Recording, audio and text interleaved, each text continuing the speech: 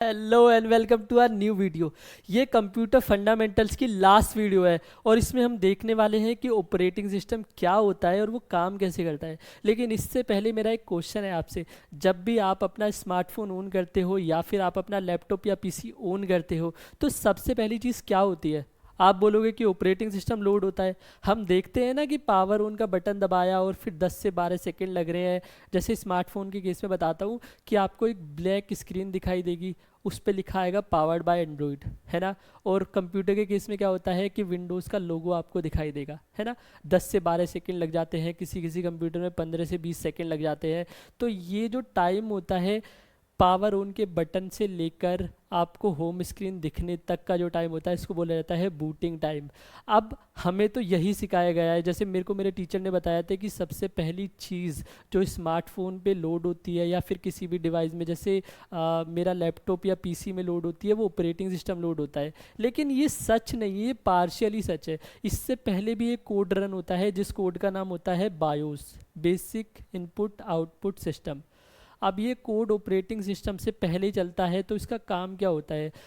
कभी भी अगर आपने विंडोज़ 10 या विंडोज़ 11 या इवन कोई सी विंडोज़ ले लो, आपने डाउनलोड करी होगी ना किसी सॉफ्टवेयर की वेबसाइट पे जाना, आपको पता चलेगा वहाँ पे लिखा रहता है कि सिस्टम की रिक्वायरमेंट क्या होनी चाहिए। अगर आपको विंडोज़ 11 डाउनलोड करनी है तो मिनिमम आपके डिवाइस के अंदर इतना हार्डवेयर तो होना चाहिए कि 1 GB का रैम होना चाहिए, 100 GB का स्पेस होना चाहिए, ये चीज़ें होनी चाहिए, वरना ऑपरेटिंग सिस्टम लोड ही नहीं कर पाएगा। तो बायोस वाला जो कोड होता है ना, मेरा सपोज करो ये 10 15 20 लाइन का, जितनी भी लाइन का होता है, ये क्या करेगा कि हार्डवेयर को चेक करता है पहले। क्या 1 GB की रैम अवेलेबल है हमारे पास? नहीं है तो वो क्या करेगा कि ऑपरेटिंग सिस्टम को कभी लोड ही नहीं होने देगा, ठीक है। या फिर वो ये चेक करेगा कि 100 GB का स्पेस अगर मेरे को चाहिए विंडोज़ 11 को लोड करने के लिए, तो क्या मेरे पास 100 GB का स्पेस है? अगर नहीं है तो क्या करेगा कि ऑपरेटिंग सिस्टम को कभी लोड ही नहीं होने देगा। अब ये क्यों करता है? कई बार है ना हमारा खुराफाती दिमाग चलता है। सपोज़ करो कि मैंने अपने डिवाइस के अंदर से रैम को ही निकाल दिया। अब मेरे को पता है यार, रैम एक ऐसी चीज़ होती है ना जिसके अंदर सारे प्रोग्राम जाके रन होते हैं, इवन ऑपरेटिंग सिस्टम भी उसके अंदर जाके रन होता है। अगर मैंने वहाँ से रैम को ही निकाल लिया तो अब मेरा ऑपरेटिंग सिस्टम रन कहाँ पे होगा? इसलिए जो ये कोड होता है ना बायोस वाला, बेसिक इनपुट आउटपुट सिस्टम, ये हार्डवेयर को चेक करता है, ठीक है, कि हार्डवेयर प्रॉपर तरीके से काम कर रहे हैं कि नहीं कर रहे। आपने कई बार देखा होगा कि आप पावर ऑन करते हो और आपका पीसी बार बार बंद हो रहा है।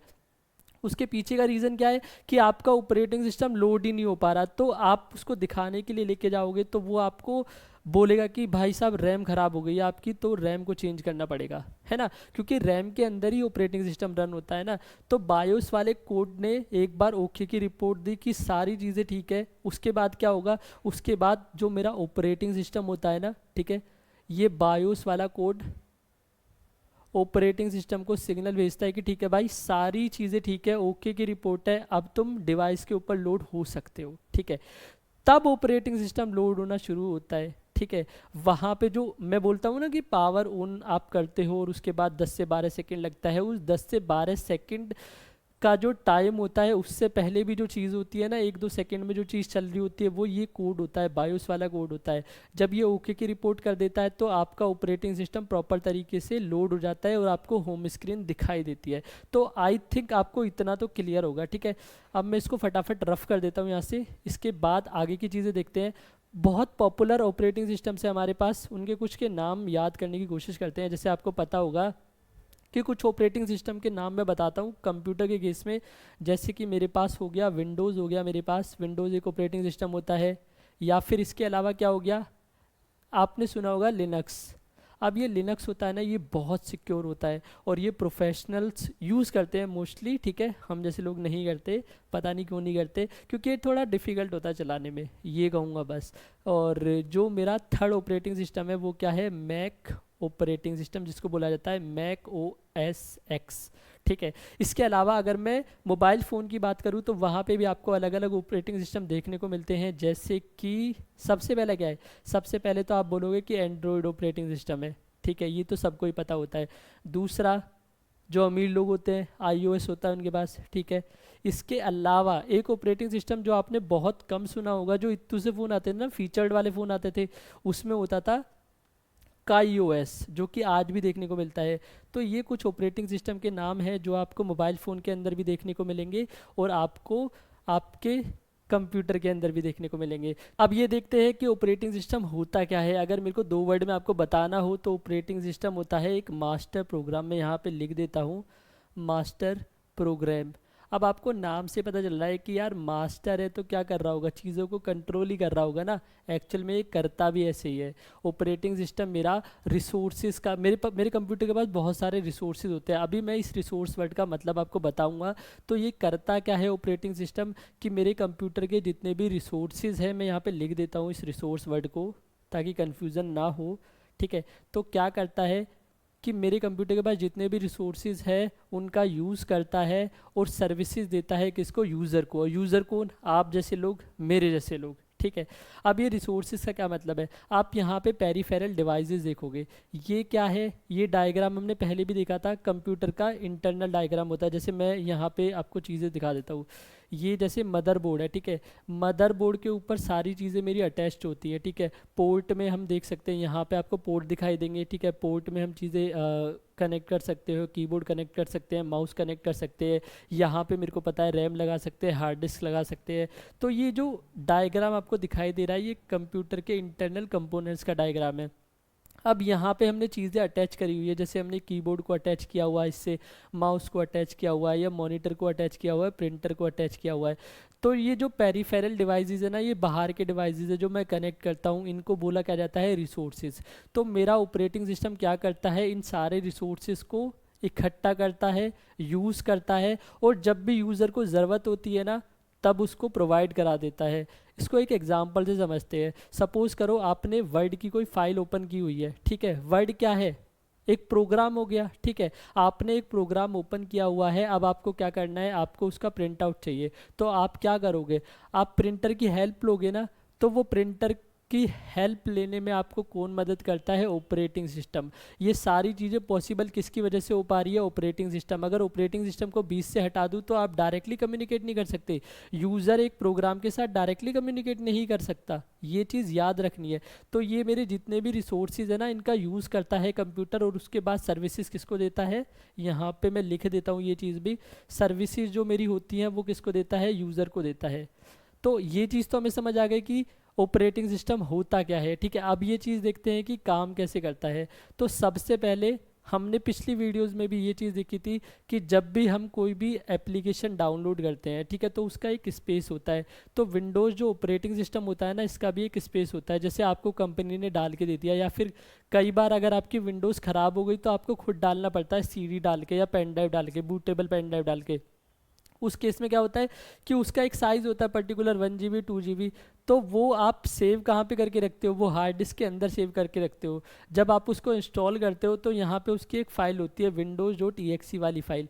अब जो ये .exe है ना, आप कहीं भी देख लोगे, ये समझ जाना। ठीक है, हमने एक चीज़ देखी थी पिछली कुछ वीडियोस में, हमने बहुत देखा था कि जो हम प्रोग्राम लिखते हैं वो हाई लेवल लैंग्वेज में लिखते हैं, अपनी लैंग्वेज में लिखते हैं। ठीक है, लेकिन कंपाइलर उसको कन्वर्ट कर देता है, किसमें कन्वर्ट कर देता है, एग्जीक्यूटेबल फाइल में, जो कि मशीन को समझ आती है कि हाँ ठीक है ये मेरी वाली लैंग्वेज है।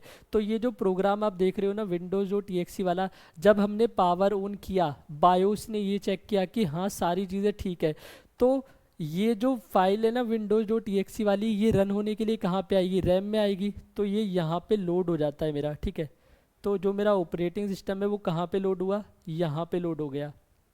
इतना क्लियर है। ठीक है, अब जब यहाँ पे लोड हो गया तो सीपीयू क्या करेगा, इसको लाइन बाय लाइन रन करता है। ठीक है, लाइन बाय लाइन रीड करता है और उसके बाद एग्जीक्यूट कराने का काम करता है। ये वो वाली चीज़ है जो आपने पावर बटन दबाया और पावर बटन दबाने के बाद आपको जो होम स्क्रीन दिखाई दी, ये वो चीज़ है।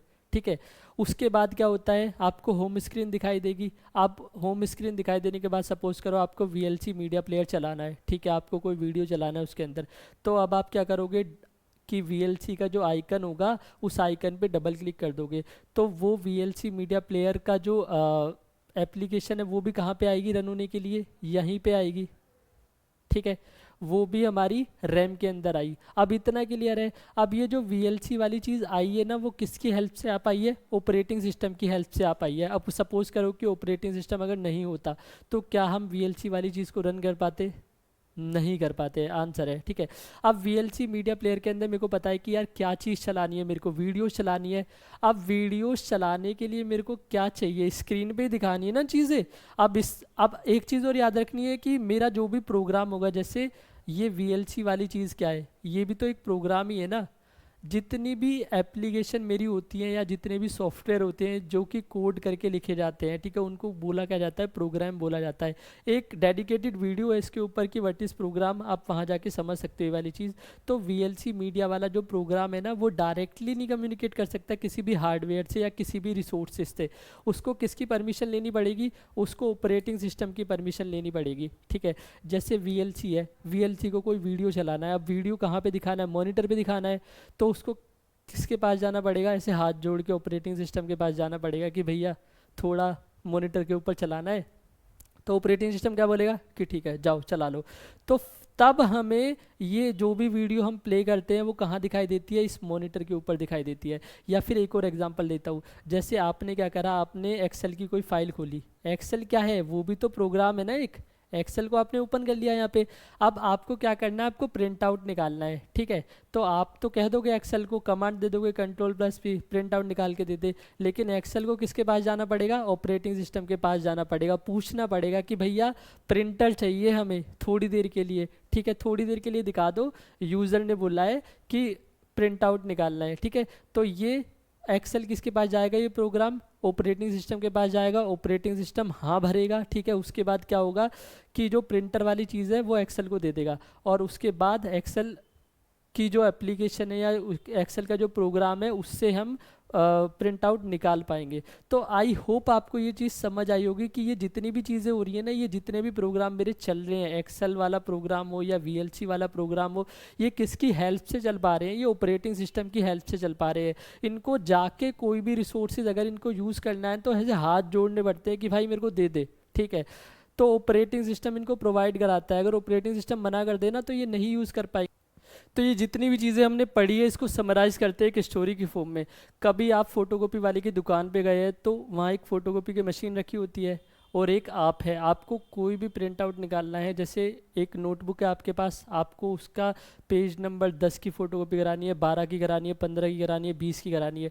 तो आप किससे बोलते हो? जो उस मशीन को ऑपरेटर करता है। तो बीच में एक बंदा होता है ना, तो आपको उस बंदे को बोलना पड़ता है। आप डायरेक्टली जाकर उस फोटोकॉपी मशीन का यूज़ नहीं करने लग जाते क्योंकि आपको नहीं आती, आपको उससे पूछना पड़ता है। अगर आप यूज़ भी करोगे तो पूछ के यूज़ करोगे। ठीक है, डायरेक्टली जाके यूज़ नहीं कर सकते, वरना मोस्ट ऑफ द केसेस में आप क्या बोलोगे कि भैया इस वाले पेज की फ़ोटोकॉपी निकाल दे, इस वाले पेज की फ़ोटोकॉपी निकाल दे, इस वाले पेज की फ़ोटोकॉपी निकाल दे। इसी तरीके से जो मेरा कोई भी प्रोग्राम होगा, चाहे वो VLC वाला प्रोग्राम हो, चाहे वो एक्सेल वाला प्रोग्राम हो, वो डायरेक्टली किसी रिसोर्स का यूज़ नहीं कर सकते।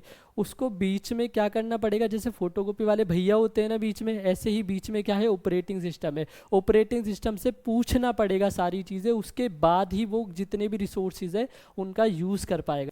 आई होप आपको ये वीडियो पसंद आई होगी। अगर आपको इस तरीके का और कंटेंट चाहिए तो हमारी वीडियो को लाइक कीजिए, अपने दोस्तों के साथ शेयर कीजिए और हमारे यूट्यूब चैनल को सब्सक्राइब कीजिए। मैं मिलता हूँ आपसे अगली वीडियो में, तब तक के लिए गुड बाय।